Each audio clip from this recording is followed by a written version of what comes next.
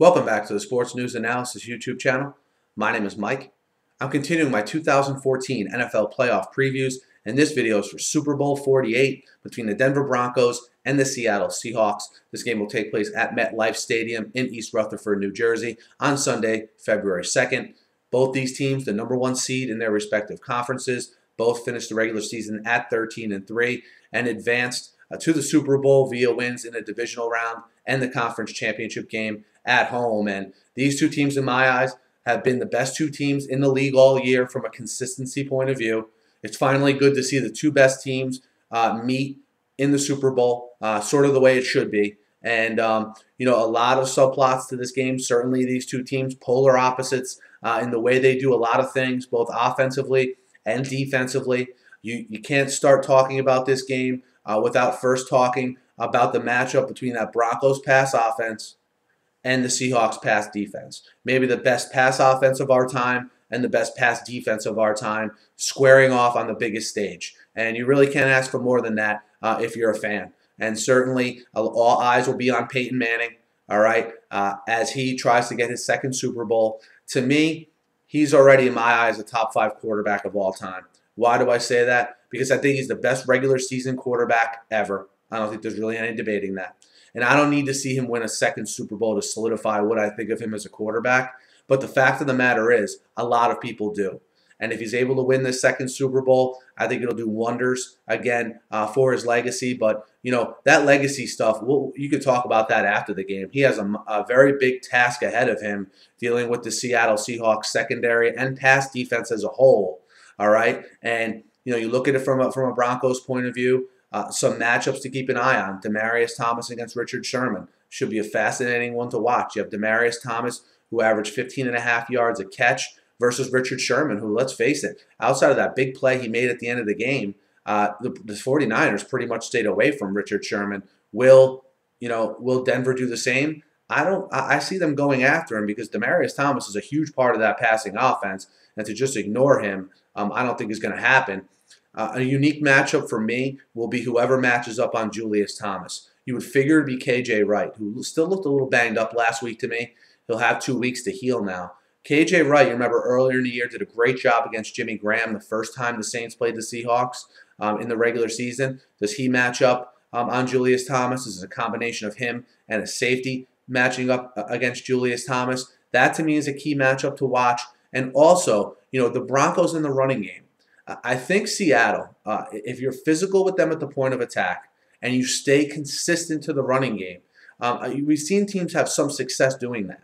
We saw the Saints have a little bit of success, but the key is you can't, one, abandon it, and two, the way the Seahawks sort of get you off your game is with the turnovers. And we'll see. The Broncos obviously do not turn the ball over a ton, but the Seahawks lead the league in takeaways, lead the league in interceptions. And to me, for them to force turnovers, they need to get Manning out of his rhythm.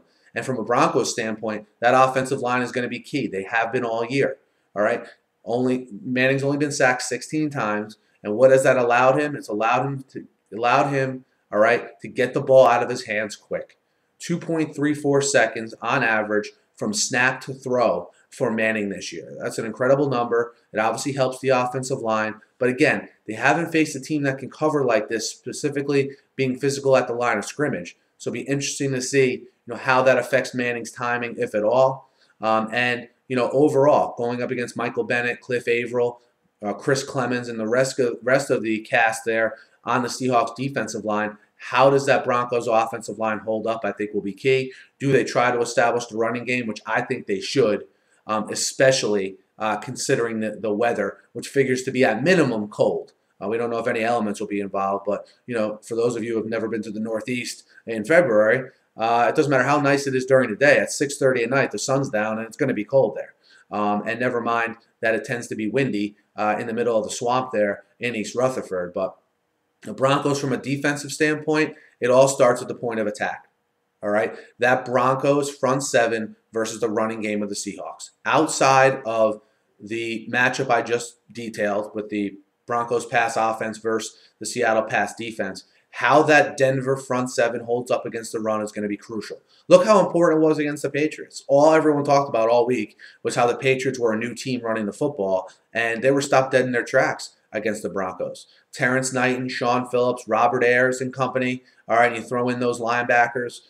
Are they able to play the run defense? They have been really for the last half of the season. It's been a very under-the-radar good job by the Broncos stopping the run. And that's going to be talked about a lot because, look, that's how Seattle's offense goes.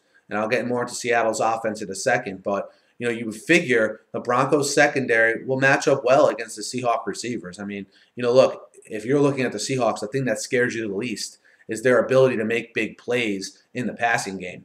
And, I'm sure the Broncos will dissect it no differently. So, again, for the Broncos, Peyton Manning getting time to deliver the ball against the physical coverage of the Seahawks, and also, the ability for the Broncos defensive line and linebackers to limit the running of Marshawn Lynch. And if you look at this from a Seahawks standpoint on offense, again, it all starts and ends with Marshawn Lynch. But more importantly, they need to get something out of Russell Wilson, some consistency. I have not liked I really like Russell Wilson. You know that if you listen to this channel, I like him as a player. I like him as a leader. Okay, but his play has not been really up to par, in my opinion, in these playoff games. He's gotten bailed out by making some big plays. Certainly, he's gotten bailed out by some great Marshawn Lynch runs. But he needs to be consistent in this game. To think the Seahawks defense is going to throw a goose egg or hold the Broncos under 10 points, I think is a little bit unreasonable. I think there's going to be on Russell Wilson at some point in this game